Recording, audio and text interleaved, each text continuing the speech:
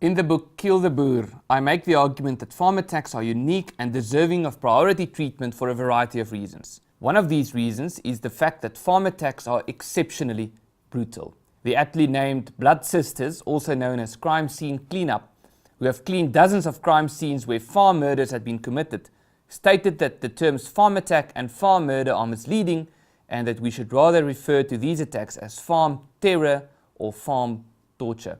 Upon his retirement after 40 years in the South African Police Service, Captain Francois Lowe said that the 17 farm murders that he had to investigate during his career were the worst crimes he had ever seen. One of the cases he had to investigate was the murder of 74-year-old Johan Fourie and his 72-year-old wife, Cecile, who had been hacked to death with an axe and a shovel. Lowe's sentiment is echoed by many serving and retired police officers. Not only are South African farms about 10 times more likely to be attacked than South African households are likely to be robbed, and not only do 15% of farm attacks result in murder, an analysis of the financial year of 2016 to 17 has indicated that victims were tortured in at least 13 of the 74 murders that occurred during that year. On 7 April 2006, the 82-year-old Koos van Wyk and his wife Tina were attacked by 5 men on their farm in KwaZulu-Natal. Koos was struck on the head with an AK-47.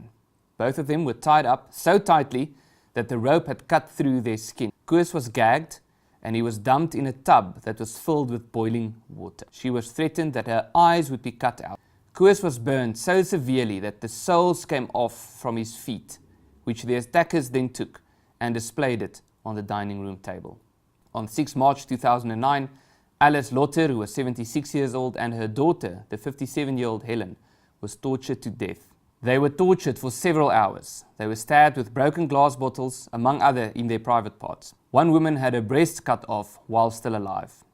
Alice was stabbed in the neck and throat, and she eventually drowned in her own blood. Their blood was then used to write the words, "Kill the Boer."